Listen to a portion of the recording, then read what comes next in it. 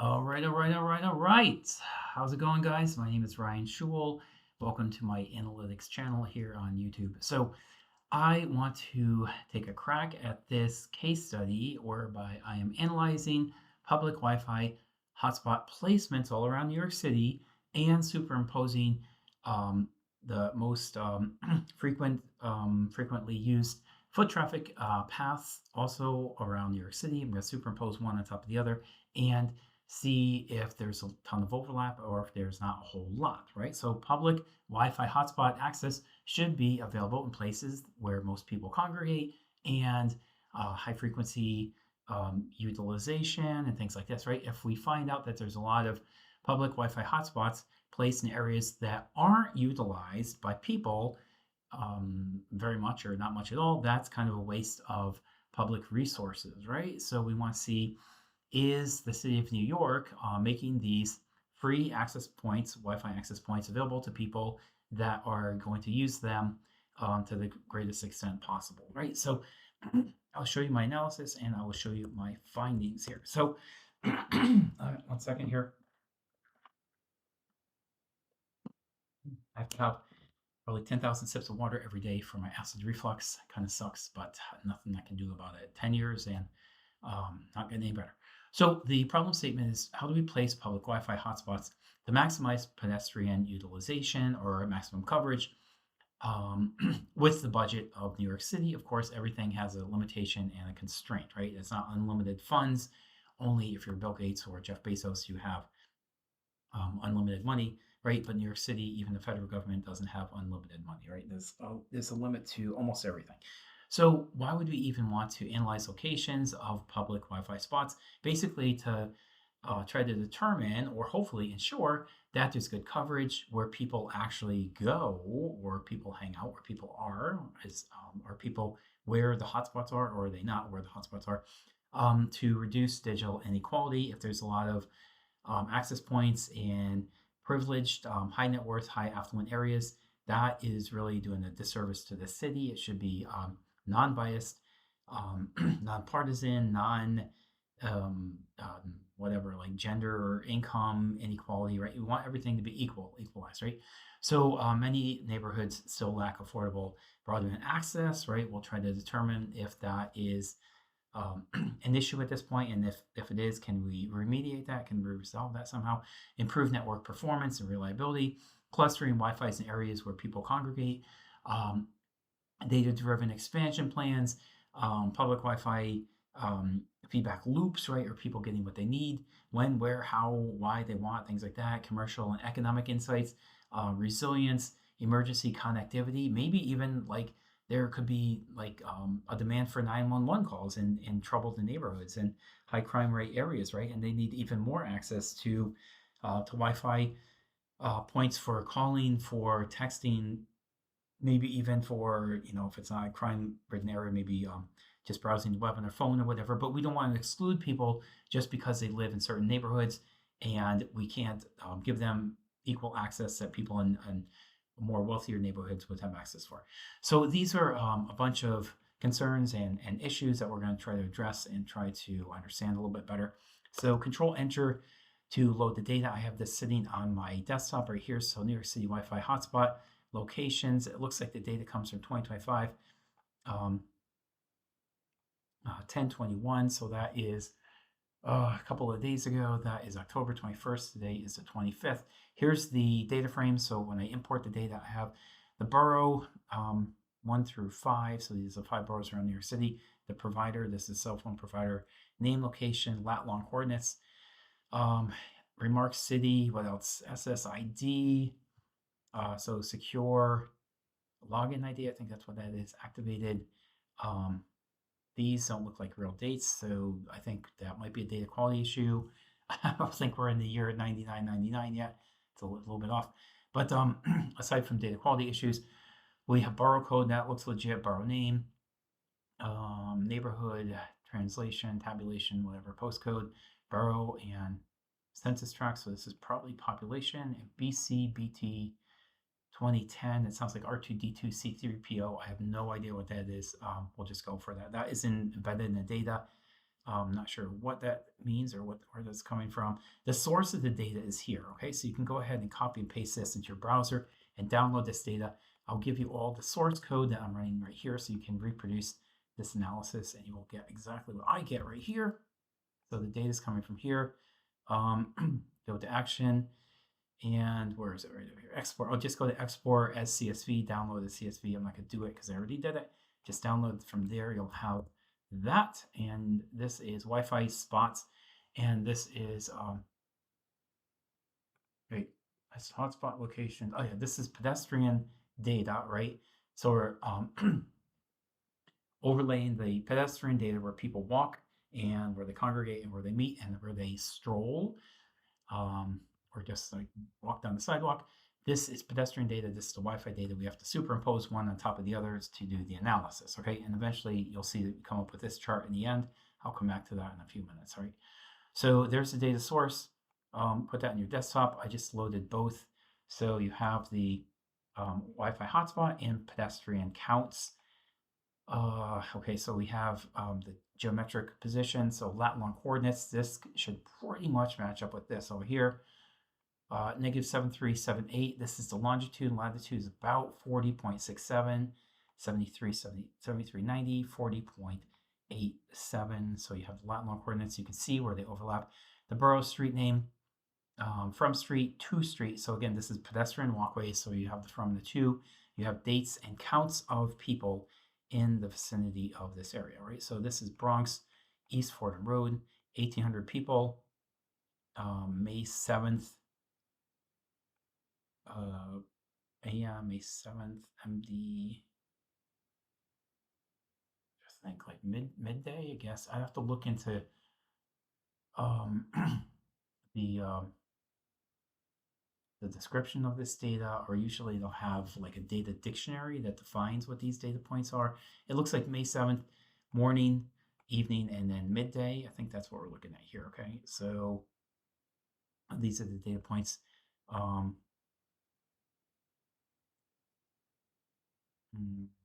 Right. So this, I think that's fine. Yeah, whatever. So in terms of rows and columns, we have 33,019 rows, 29 columns. In the Wi-Fi data set, in the pedestrian walking data set, we have 114 rows and 113 columns. So we go ahead and look at the Wi-Fi data. We are going to do a little bit of cleaning and standardizing of the data set. So Control Enter, just to make the data slightly more refined, cleaned up. We want the name, provider, type, borough, neighborhood, neighborhood tabulation area. Apparently it's abbreviated NTA. This is how they're tabulating, I guess, Wi-Fi signals. I guess that's how they do it. SSID is secure. Server ID is the signal active, postcode, location, and any remarks about that. So we have collected that data. Clean and standardized foot traffic data. So we have the Wi-Fi data refined. This is refining the foot traffic data. So I run this. I have this output right here. If you look closely, it's just a couple basic exercises. We're bucketing the data into specific buckets. So AM, PM, midday. What else? Recent sum, peak, mean, so we get the average, right? Typically when you do these types of analysis, you'll have the max, the min, the sum, that is aggregation, and counting. You could count the number of records. Honestly, most of the time we're looking at sums and counts. Looking at maxes and mins and means is also very helpful, probably used to slightly lesser extent, but in most of these aggregation problems, you'll have at least bare minimum, the sum and the count. You want to look at the total number of pedestrians and the total number of Wi-Fi access points given a certain area or certain lat long coordinate region, maybe within a few meters of the access point, or maybe even dozens of meters or 100 meters. You would take all the foot traffic, sum that up, and count the number of instances or records of that. So we end up with Wi-Fi data that looks like this. We'll end up with foot traffic data that looks like this, okay? So now we have to look at the spatial joins, foot traffic data. So I actually have a video on my channel joining data frames using different techniques. So you can do an inner join where everything matches everything between two tables. You show only the matches. You can do a left join where you take everything left, the matches on the right.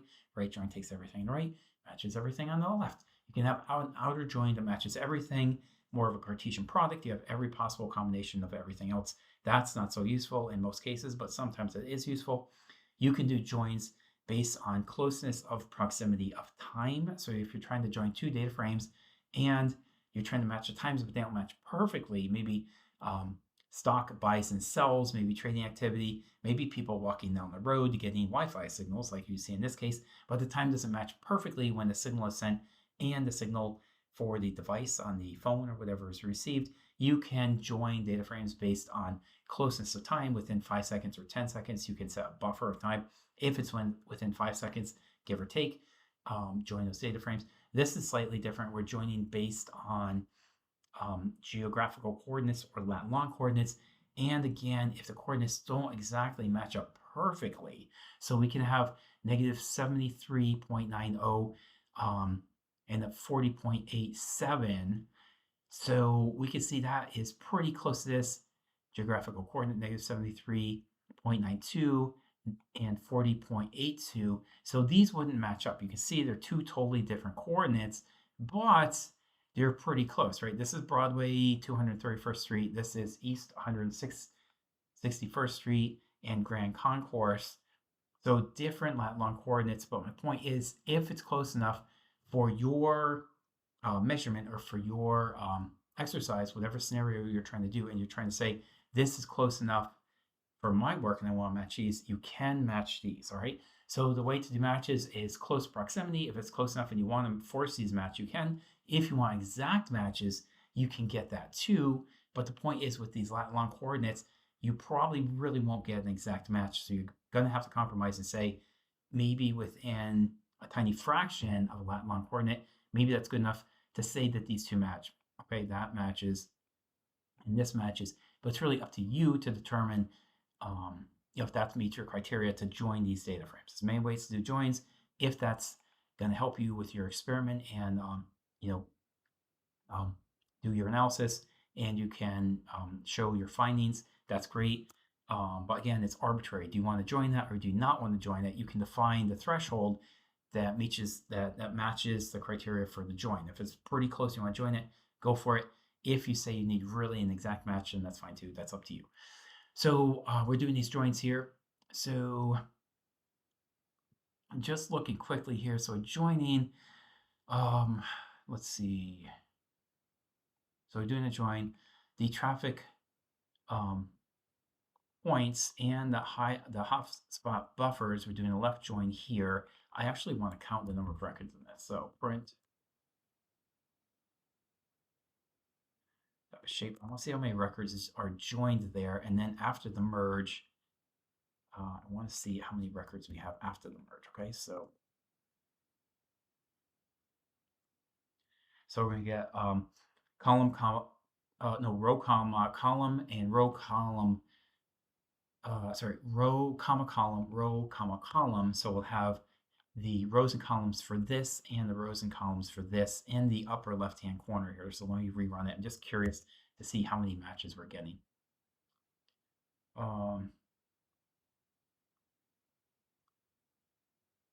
And wait a second, did I even print it? Where did it go on the other? Wait, oh no, it went down here. It went down here. Okay. So for the first matches, we're getting traffic. This is foot traffic and Wi-Fi signals, print, join, shape. So we have 211 matches with 17 columns. And when we were looking at the Wi-Fi enriched data, which comes from here, this is the enriched data, merging site demand, merging Wi-Fi fixed with site demand. That's how we get DF enriched. And now we have 33,019 records and 17 columns. So we're taking a smaller data set with 211 records and expanding that and enriching that based on the site ID, aggregate demand, peak nearby, and points nearby. So we're just taking a smaller data set, 211 records, and expanding it and blowing up over 10 times so we have more records to analyze, and we just have a wider spectrum of Wi-Fi signals and pedestrians walking on the street, so we can do a more thorough, more comprehensive analysis here. So in terms of gaps, we're looking for gaps here for C and demand score, recent mean, borough, street name, from street to street. Remember, this is the pedestrians going from the origin to the destination, and the geometric coordinates. That's what we end up with down here. We're looking for gaps. So anything that has top gaps, we're saying up to 50 gaps. And top gaps goes where? Control F goes over here.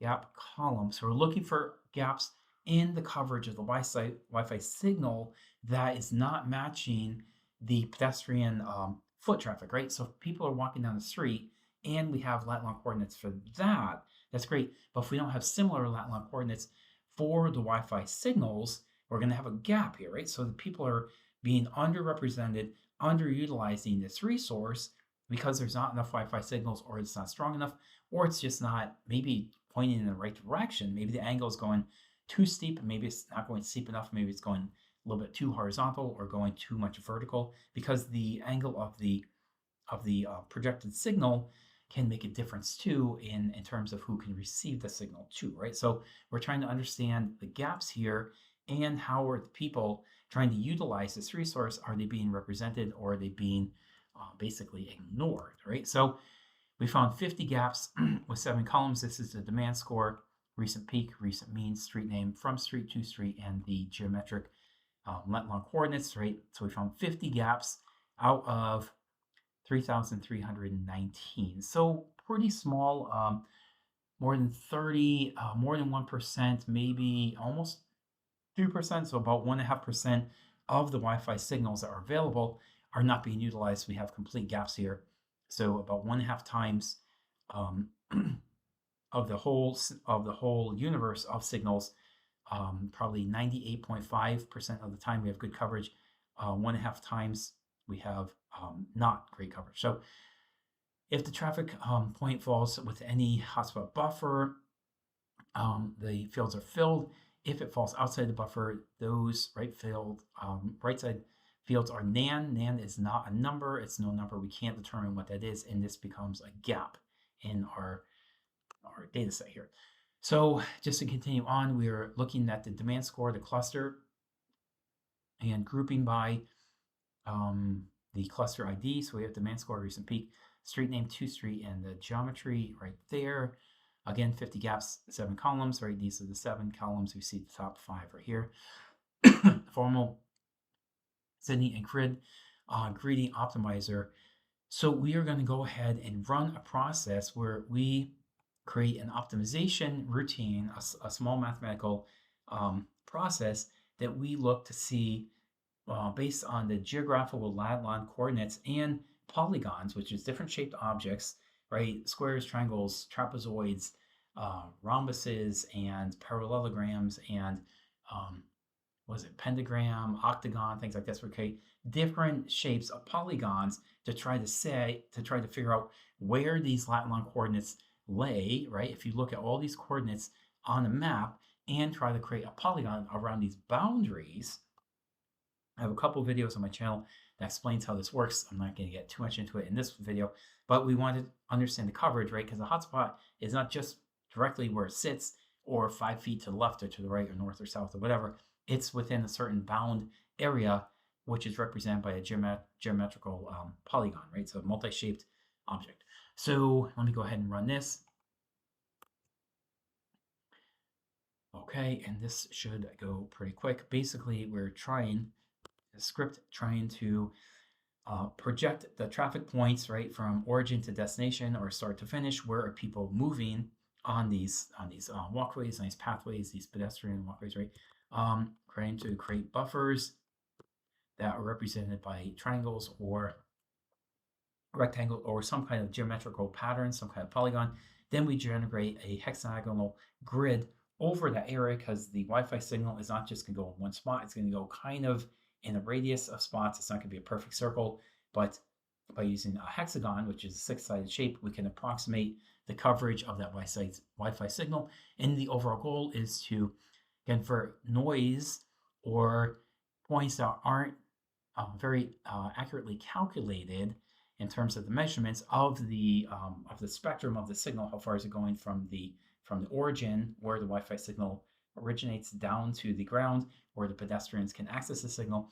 Is it in a uniform space? It should be. We're representing this by hexagonal bins, so a couple of hexagonal um, objects placed next to each other. It's going to look like a bee's honeycomb, right? That's supposed to be the perfect shape in nature. Hexagon is supposed to be the most optimal shape in nature. And then we're going to go ahead and look at the, again, the geometry, right? So these lat long coordinates are essential in terms of where this Wi-Fi signal is located and the path that these pedestrians transcend, right? The path where they walk down, and is there overlap between the path where the pedestrians are walking and the signal is being broadcasted, right? So we get to covered now, uncovered, right? We found the gaps. So most of these are not covered. If I look at this is the head by default, it's the top 5. If I look at the tail, it's the bottom 5. We should see similar results down here. Covered now, these are all false, right? Because we're looking for the gaps. We started looking for the gaps over here. We're looking for the gaps. So again, signals where the Wi-Fi is broadcast, but nobody can pick it up. Or, the pedestrian traffic is on this side of the road, and for whatever reason, this side of the road has a lot of construction. Maybe the sidewalk is turned off or shut down or whatever. There's police tape, the yellow warning tape, do not cross, something like that. Maybe the Wi-Fi signal's over here and people are on the other side of the street and they're not getting the signal, right? So we're just trying to figure out the gaps here, and are people able to access the access point or not, and what is preventing that from happening. So looking at the hexagons, the total number, coverage before, coverage after, demand, before and after, delta is the change, and the delta in demand. So let's see what this thing comes up with.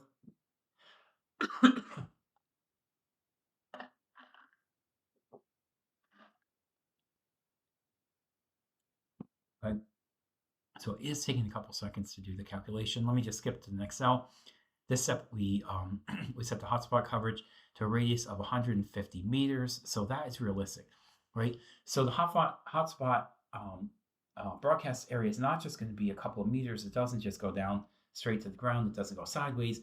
Hopefully it doesn't go up, or it's totally miscalibrated and misoriented, but it should go basically down and project in a hexagonal polygon fashion, more or less, and cover about 150 meters to have good broad coverage without the signal being too weak, right? If you try to cover 100 meters, that's essentially the distance of a football field one end to the other, right? 300 yards, right? Or is it? Yeah, I think that's what's the size of a football field? I forgot. Length. Length of a football field is 120 yards. Okay, so 100 yards. So, what would that be in meters? I'm getting tired. I can't even figure this out.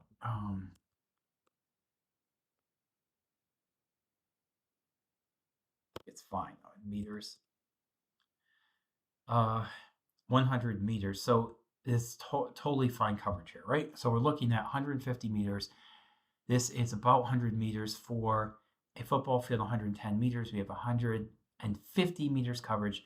So should be more than enough, right? There should be more than enough for most pedestrians to get access. However, we still have gaps, even though it's about 1.5 times of a football field. And my Jupyter notebook shutting down again, so I have to refresh this thing again. I'm not sure why this always happens, but it always happens. So we have more than enough coverage to overlay on a football field, 150 meters. The football field on average is 110 meters, but we still have gaps over here. You can see we have at least 50 gaps represented by, where did that gaps go now?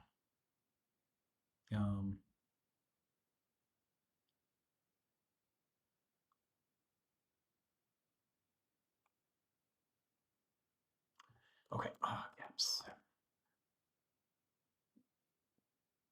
Oh yeah, okay, so these were the gaps, right?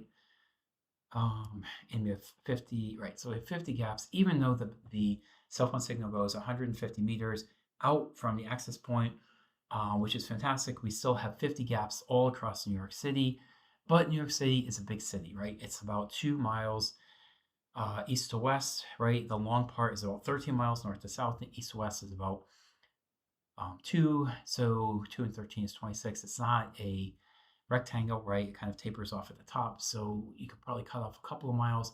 Maybe what would be the area in terms of square miles of Manhattan? 22 square miles. Let me look this up. This for fun. Square miles. Let's say 20 to 22 miles square. Total area. Oh, it's counting all the boroughs. 22. Okay, so spot on. I said 20 to 22, 22.8, close to 23, almost 26. 13 by 2 would be 26. So my point is, where is the gaps over here? Over here. So we have good coverage, 150 meters from the access point. We still have 50 gaps. We have 23 square miles of land. We're going to have gaps no matter what. Okay, there's going to be some. If there's only 50 and if it's on the fringe, that's something that probably should be um, uh, looked into and be fixed, right? There probably shouldn't be too many gaps, maybe a couple, maybe less than a dozen, maybe 5, 6 gaps. We have over 50, but it's a big area, right? 53 square miles. We just saw that. But there's a lot of people too. There's 8 million people that live in Manhattan on average, I think a little over 8 million. So some people are going underserved. They're being underserved. And this resource is underutilized, right? So we have 50 gaps that we know about. We can fix those. We can go to New York City, go to the mayor. The mayor is Adams, right? Honestly, I don't know the guy. I don't think he's going to do anything. I don't think he gives a hoot about Wi-Fi signals. But I mean, if the city was in a position to do something, they're kind of struggling right now. New York City is in a bad spot at the end of 2025. Post-COVID, there's still a lot of issues with violence and all kinds of things. They're not concerned about Wi-Fi signals, but maybe in a year or a couple of years from now, we'll be in a better spot and we can make a presentation to the mayor of New York City. We will have a new mayor by that point because Adams has chosen not to rerun. He is going to step down from his position as mayor. In 12 months' time, we can go to the mayor and say, hey, here's our proposal. We have 50 dead zones in New York City with Wi-Fi signals. We know exactly where they are. Can we backfill these 50 and get representation or equal coverage for all the spots in New York City? And if the mayor was in a good mood, they'd probably say yes, but you have to prove to us where are this uncovered, what is the uncovered demand? Right now, I can calculate that right now. 6,271 people would like to access Wi-Fi signals in this spot right here. I can tell you exactly where it is in New York City. It's a dead zone. There's no Wi-Fi here. 6,271 people could benefit if a Wi-Fi signal was put in here. 4,316 people could benefit if a Wi-Fi signal was put in here. If we go over here and saw a signal, almost 4,000 people would benefit. 3,700, 3,500. It's going in descending order. You can see that, right? So 1, 2, 3, 4, 5. If we cover these 5, that's 6 and 4. That's about 11,000. That's 11, 12, 13, 14, 15,000, 19, 24,000, not quite 25,000, almost 25,000 people though. Close to 25,000 human beings could benefit if we installed 5 Wi-Fi signals in this exact longitude coordinates and made the spectrum spread for 150 meters in all directions. That would be the diameter, right? That would be the whole thing, 150 meters radius on this side. Or what was it? Wait, 150 coverage. That's the diameter, I think. Let me see, 150. Oh, yeah, right. So it's a hexagon. So it's not exactly a circle. It's kind of a circular shape, give or take. 150 meter diameter. So it's end to end circle. The radius would be half of that. It would be 75 meter radius. So that's fine. We can go to the mayor of New York City and say, listen, we can satisfy the needs of 25,000 people almost instantaneously overnight if we put 5 Wi-Fi signals in these exact locations. These are the dead zones most utilized in terms of foot traffic in these areas in descending order. So let's do one more analysis. I think this is good. We have a good case to bring to the mayor of New York City. How much does it cost to install a Wi-Fi access point? I'm not sure, But if we can help out 25,000 people with their tablets, with their phones, with their laptops, and whatever smart watches or whatever device you use, and it costs, I don't even know, a couple $100 to install a Wi-Fi signal. You help out 25,000 people, you need five. That's, I'm just saying, a couple hundred per $1,000 to help out 25,000 people, totally worth it. But I don't know how much it costs to set up a Wi-Fi signal. I'm just guessing. So hexes total 73,000 hexes before and after the man coverage. Before 114,000, after 16, looks like 16, 226, 116,000. So at this part of the analysis, we still need to set the hotspot coverage radius to 150 meters. Now, before, I think the diameter was 150, right? Let me look at this again.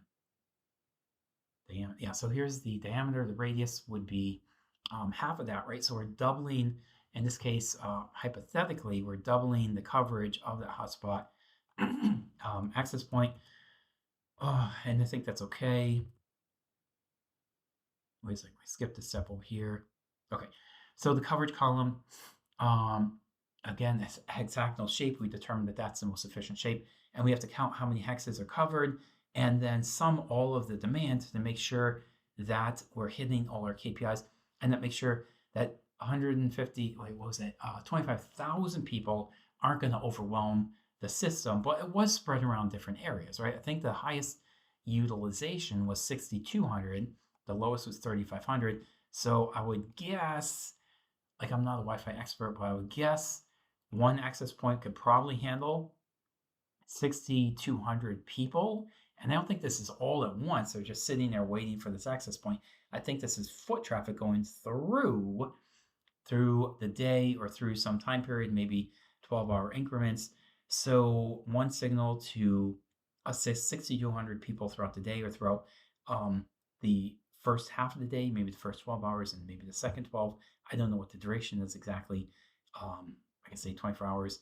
In 24 hours, if you have 6,200 people walking through there, I think one access point would suffice. It's not 6,200 people tapping into the system, using the resources all day, every day, right? So I think one access point would be fine. Again, 5 would satisfy the needs of 25,000 people right there, so that's a huge win. Let's look at one more thing here. We have the lat long coordinates. Again, look at the gaps data frame to try to find out where is the exact latitude and longitude coordinate. So I need two coordinates, right? I need the beginning coordinate and the ending coordinate for the latitude and longitude, and beginning and ending for the latitude and longitude, right? We need two to go ahead and to make these access points and concatenate these together. So this is the existing data frame. This is the gaps data frame, and I'm going to look at the existing superimposed on the gaps and see where the actual gaps are, and see, how many gaps there are. Where do they exist? Do they exist in high demand areas?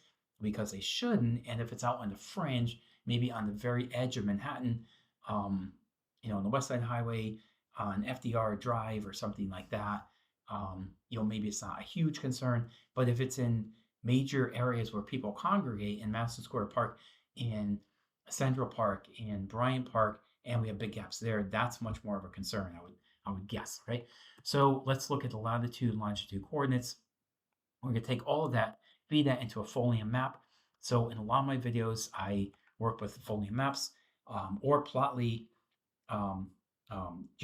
what's it called? GeoMaps, Plotly GeoMaps, I think.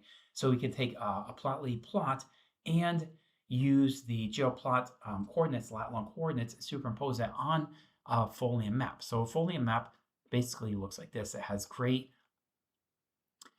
details about all the roads, the street names. You can see here East 48th. I can drag it over 47th. We can see 5th Avenue goes kind of at a slant over here. It's kind of northeast to southwest. Here's 6th Avenue, 46th Street, and you can see the buildings names. I can see a couple churches. You can see Grand Central down here. Midtown Bryant Park is right in there too. If I zoom in a little bit, we can see the coverage space is in blue. So the provider is the Wi-Fi provider. We can see a provider over here. So on the sort of on the north end of Bryant Park and south end, we have coverage. So that is good. No gaps. Gaps would be represented by yellow. We have a big gap over here. This would be, you can see peak and mean is both 0 because nobody's getting the signal. Demand score is 6271. So you have 6,271 people passing through this corridor every day. There's no Wi-Fi signal. This is a dead zone. A lot of people going through. Nobody can get Wi-Fi access. So that's kind of a problem right in the middle of Midtown over here. Peak is 0, mean is 0 because nobody's using anything. Nobody has access. That's a dead zone.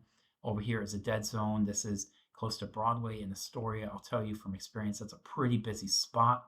That is where the subway goes above ground here and intersects with Broadway. That's a pretty busy spot. Over here is kind of a busy spot. This is more like Sunnyside. And there is a big dead zone over here. Oops, let me zoom in a little bit. Big dead zone right there. So that's less of a concern. Oops, I want to go out. That's less of a concern than this one right in the middle of Manhattan. Totally dead, devoid of any kind of Wi-Fi signals. This is a busy spot right here. Another dead zone. 2,113 people go there every day. Here, 4,371 people go there every day. That's a dead zone, right? It's underrepresented, underutilized. So anything in yellow, Tribeca Chambers Street. So there is a Wi-Fi signal pretty close, but over here, a couple blocks away, just 1 or 2 blocks, maybe there's this whole building blocking it. Maybe we need another Wi-Fi access point on the other side of the building or whatever. 0 represents dead zone. It's not able to receive any Wi-Fi signals. The blue dots are good coverage zones, so we're fine there. So if we zoom out a little bit, we can go, whoops, I meant to zoom out and go in, that's the opposite. Okay, all the yellows represent dead zones. The blue are fine. We can take this report to the mayor of New York and say, we need funding for 50 dead zones, 50 gaps that we found with our analysis where people are presumably walking a lot. There's a lot of foot traffic, but there's no Wi-Fi signal and they just can't log in with their tablet, maybe more likely with their phone, any kind of device, just totally dead. You can't get the signal from Wi-Fi. Now you can probably get a cell phone signal. That's a different story, but no Wi-Fi signals in the yellow, in the radius or the diameter of the yellow circle. That's what that is. So basically blue is good, yellow is bad. And the star, the red star, shows how many people are being underutilized, 6,271, 792. Here, the size of the circle represents the number of people underserved, 4,317, 2926, 3519, 3660, 3360, 644, 1920, 75, 1753, 1543, 2562, and 1637. So there's work to be done. We can make improvements quickly and easily. We need some funding to do the installs for these Wi-Fi systems. But again, like the mayor of New York should be able to dig deep into the pockets and be able to subsidize this and eliminate these hotspots. These gaps are known, and we can do something about it quickly and easily, right? So that's my take on Wi-Fi hotspots around New York City, superimposed with foot traffic, right? If no people are going to that site or to these neighborhoods, or the foot traffic is very light, we don't need hotspots, right? But if you have thousands of people going there every day, day in and day out, and that's a dead zone, we need Wi-Fi in these spots, guys. We know there's gaps. We know exactly where they are. We've pinpointed precision right down to the hexagonal space right there based on lat long coordinates that are underserved and the foot traffic that is demanding access to these Wi-Fi signals, access in these spots, in these zones that are underserved right now. We know what to do. We should do something about it. That's it. That's it, guys. So I'm going to wrap it up here. Hopefully that was enlightening, informative, educational, and inspirational. That's my goal here. So I'm going to save the code. I will share everything with you guys. I'm going to shut this down. That was my going down a little rabbit hole exercise. I'm going to save this as an HTML file. I will post all the source code. When I post a video later today, you'll have everything you need. The video is going to guide you through everything. It's all my whole narrative explaining what happens, obviously, and the code is the code, the source code. Copy and paste it in your Jupyter notebook, run it. You'll get exactly the same outcome that I got here. It's 100% reproducible, and um, reproducible and reproducible, I guess. I was looking for an alternate word for reproducible, but I couldn't come up with one. Okay, I'm tired. I'm going to end it here. Thanks, guys, for sticking through to the end.